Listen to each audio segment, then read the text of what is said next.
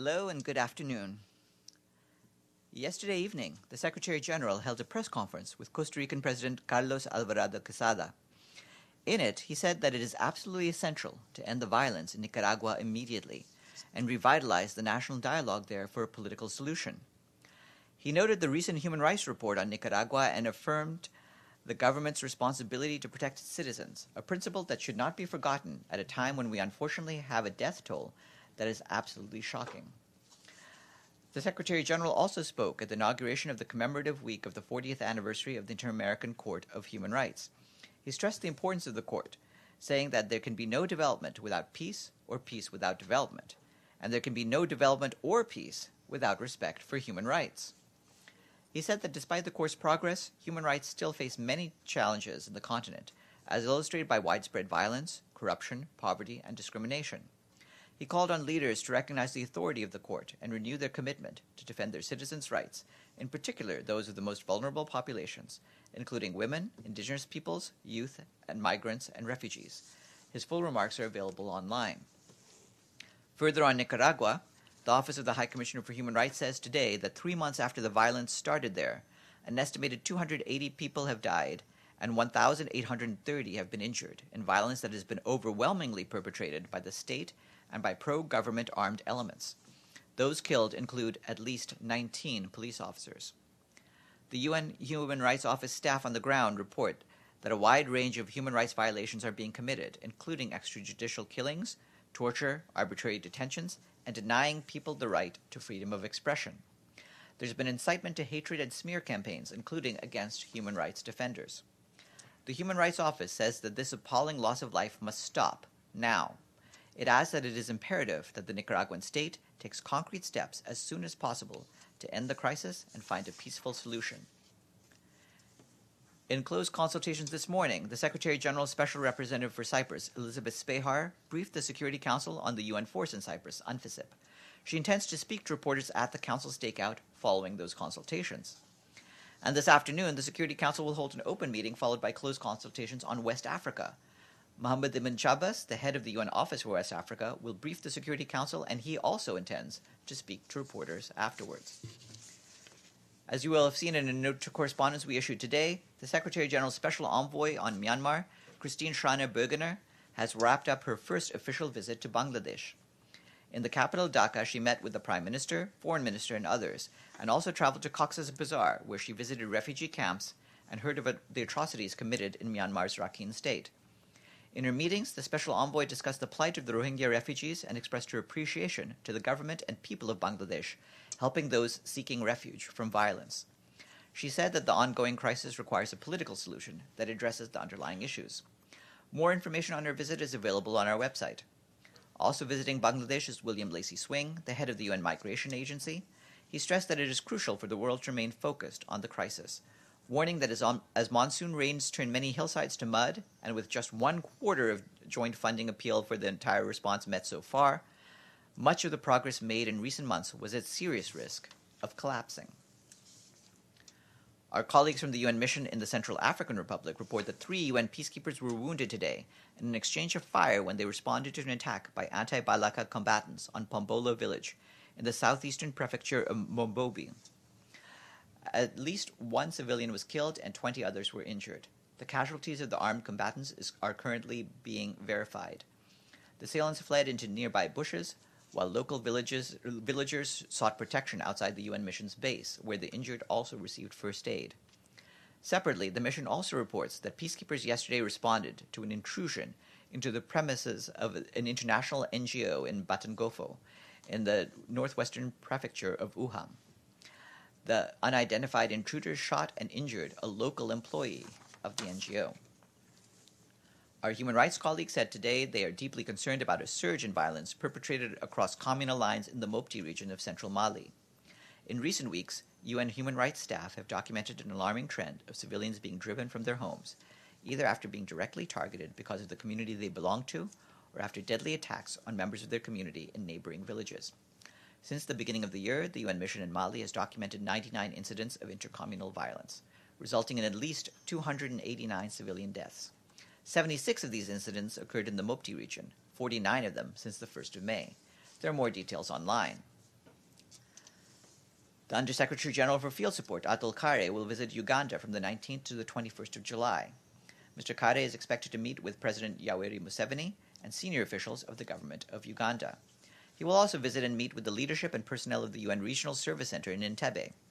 The Regional Service Center provides a wide range of administrative, logistics, and information and communications technology services to 13 missions in Africa, representing over 63% of all UN peacekeeping and special political missions worldwide.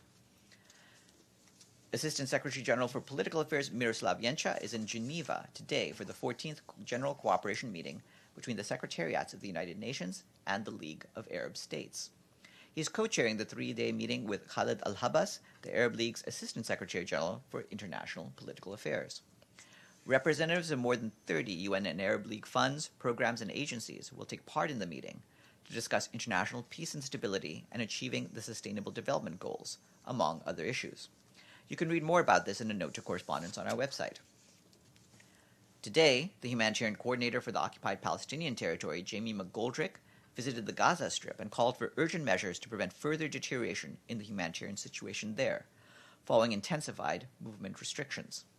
These were reportedly applied in reaction to fires caused by incendiary kites from Gaza. Particularly worrying is the impact that shortfalls in fuel will have on the provision of critical health, water, and sanitation services in Gaza, which depend on donor-funded emergency fuel to power backup generators to deliver essential services. Meanwhile, UNDP's Program of Assistance to the Palestinian People is implementing various employment generation interventions in Gaza to mitigate the impact of the harsh socioeconomic conditions. First, UNDP will create more than 2,500 immediate and short-term job opportunities over a 12-month period, directly benefiting nearly 3,000 people with the aim of ensuring that 40% of job placements are women. Second, a rapid employment scheme was also recently launched, covering approximately 1,500 young men and women, including persons with disabilities, who benefit from short to medium-term employment opportunities. UNDP has a press release with more details. Our humanitarian colleagues report that hostilities in southwestern Syria continue to take a heavy toll on the civilian population, with airstrikes reported on towns in Quneitra Governorate. Today, airstrikes on Ain Tene in rural Quneitra reportedly hit a school used as a shelter for internally displaced persons, killing at least 10 women and children and injuring many others. The situation remains extremely precarious for people displaced by recent hostilities. We estimate that some 160,000 people are currently located in Quneitra Governorate, part of up to 234,500 people who are displaced throughout southern Syria. The United Nations continues to call on all the parties to the conflict to respect their obligations under international humanitarian law and international human rights law, including to ensure the protection of civilians and civilian infrastructure. And the focus of the high-level political forum today is centered on the presentation of voluntary national reviews, with parallel sessions held this morning. The Voluntary National Review Lab also continued to conduct sessions, providing an informal platform for reflection by member states, major groups, and other stakeholders to take stock of the experience thus far with the reviews, with the aim to further improve the process at the high-level political forum. During the 3 days of the ministerial segment that is currently underway, 46 countries are presenting their voluntary national reviews to demonstrate how they are implementing the 2030 Agenda nationally. It is encouraging that globally 2/3 of all countries have undertaken this kind of review or will do so in the coming year. And after I'm done, we'll hear from Brendan Varma. Are there any questions for me before that? Yes, Masood. Thank you, Farhan. On this... talk into the microphone, please. Sorry. On this human rights violation in Gaza, where even now Israel has stopped any traffic between or exchange of goods at all between, any population and the Palestinian population. Even the Israeli papers are saying it's like shooting a dead man. Israeli blockade is like shooting them. So my question simply is this: besides the fact that you just mentioned something, has anybody talked to Israel about unblocking these Gaza crossings? Yes. In fact, we mentioned yesterday that Nikolai Mladenov, the UN Special Coordinator for the Middle East Peace Process, has called upon all sides to end the standoff in Gaza.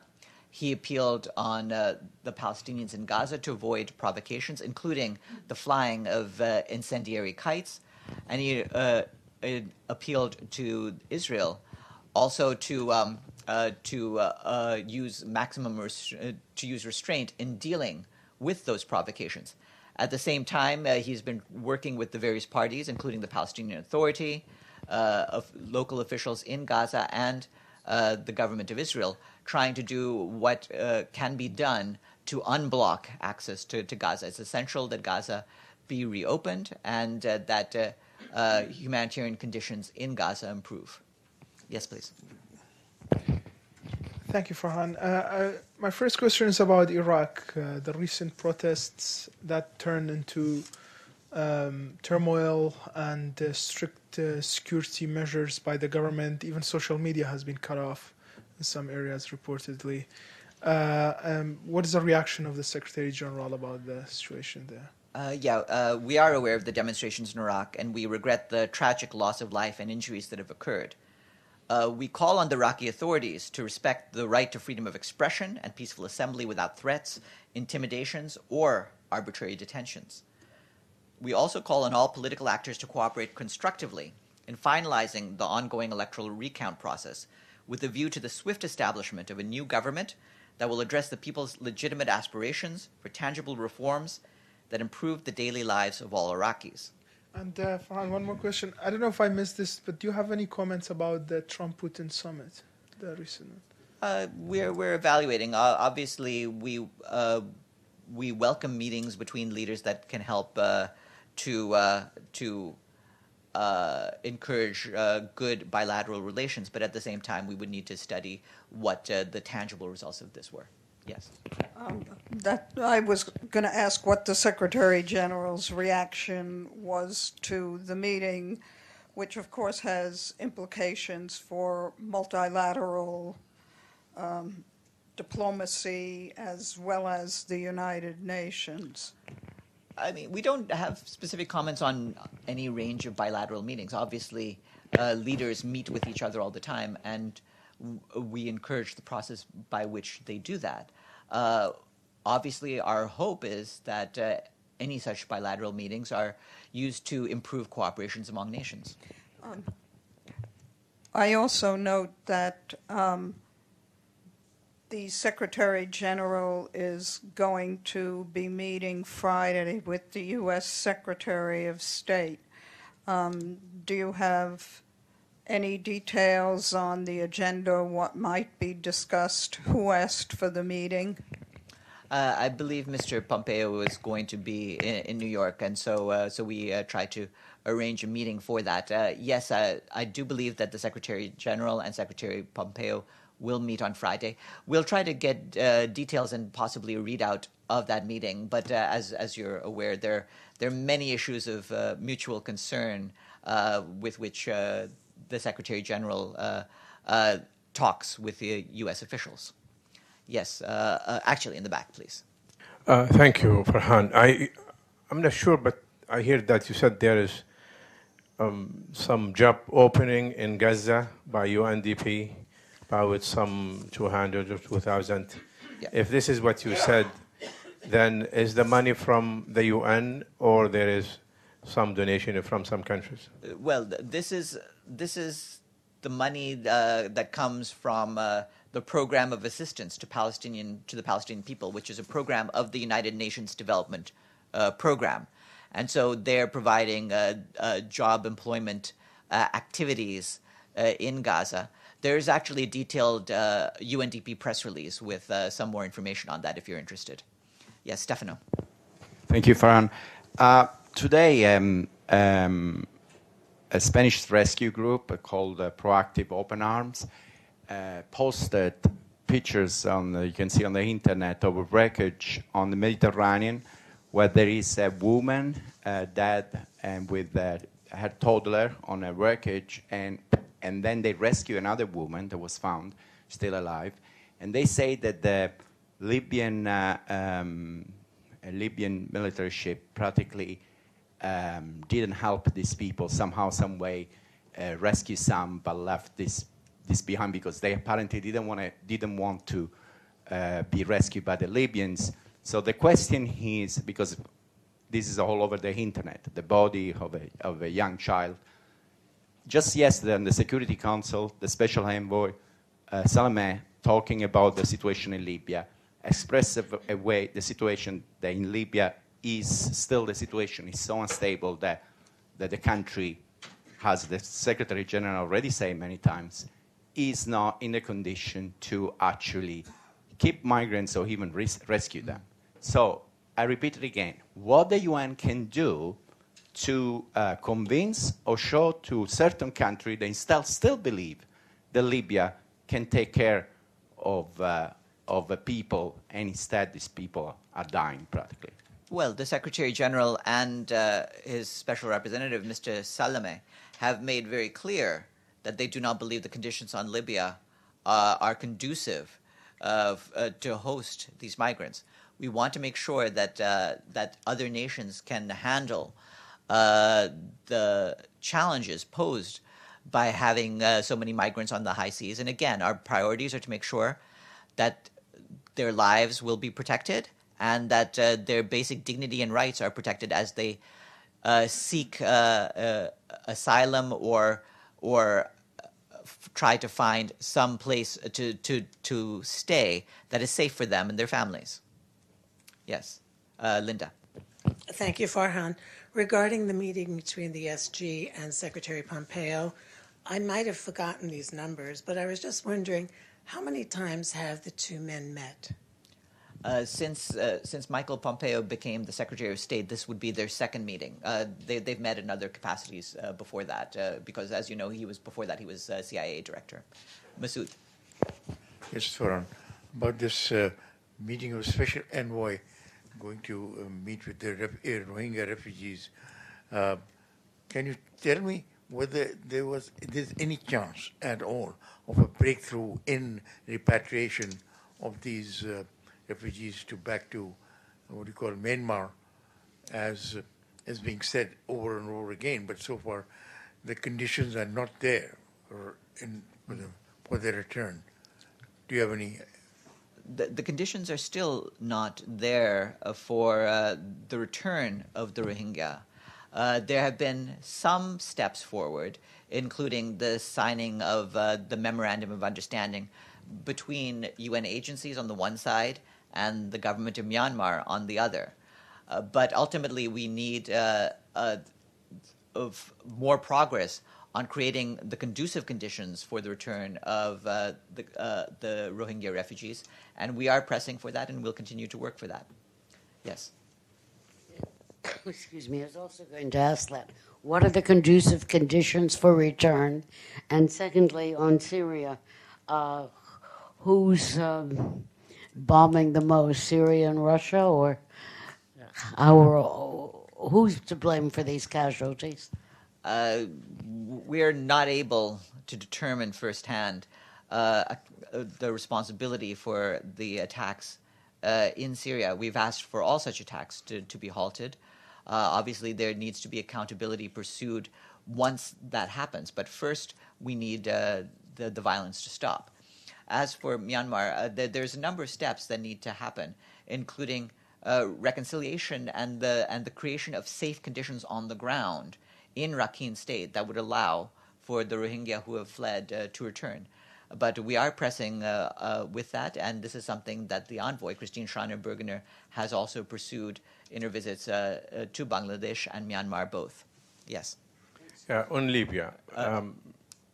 Hold on, you had something? Just 1 second, yes? Why were there so many complaints about the deal? You know, among some of the Rohingya groups?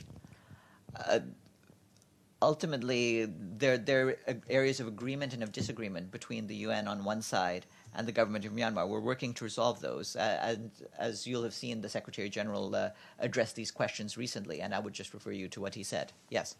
Yeah, on Libya. Yesterday, the head of UN mission there in his speech to the Security Council, he said that there is a small, this is what he used, small amount of people actually preventing the speed recovery of every aspect in the Libyan people's life. Did he share with the Secretariat those names who are responsible for the misery of the Libyan people, beside the list we have on sanctions? Did he share, or just he said this is statement? Because the statement is really scary. There are a few people are preventing the success of elections, recovery, everything. He's been sharing the information as needed with the Security Council, and we're waiting to see how the Security Council will respond to the information provided by Mr. Salame. Come on up, Brendan. What? Yeah? Okay, yeah. Are you going to share, if a list is listed, will you provide us a copy of it? All of the public information that he provides, we are sharing with you, and we've shared his remarks from yesterday. Beyond that, it's a question of ongoing discussion between the envoy on the one hand and the Security Council. Aye.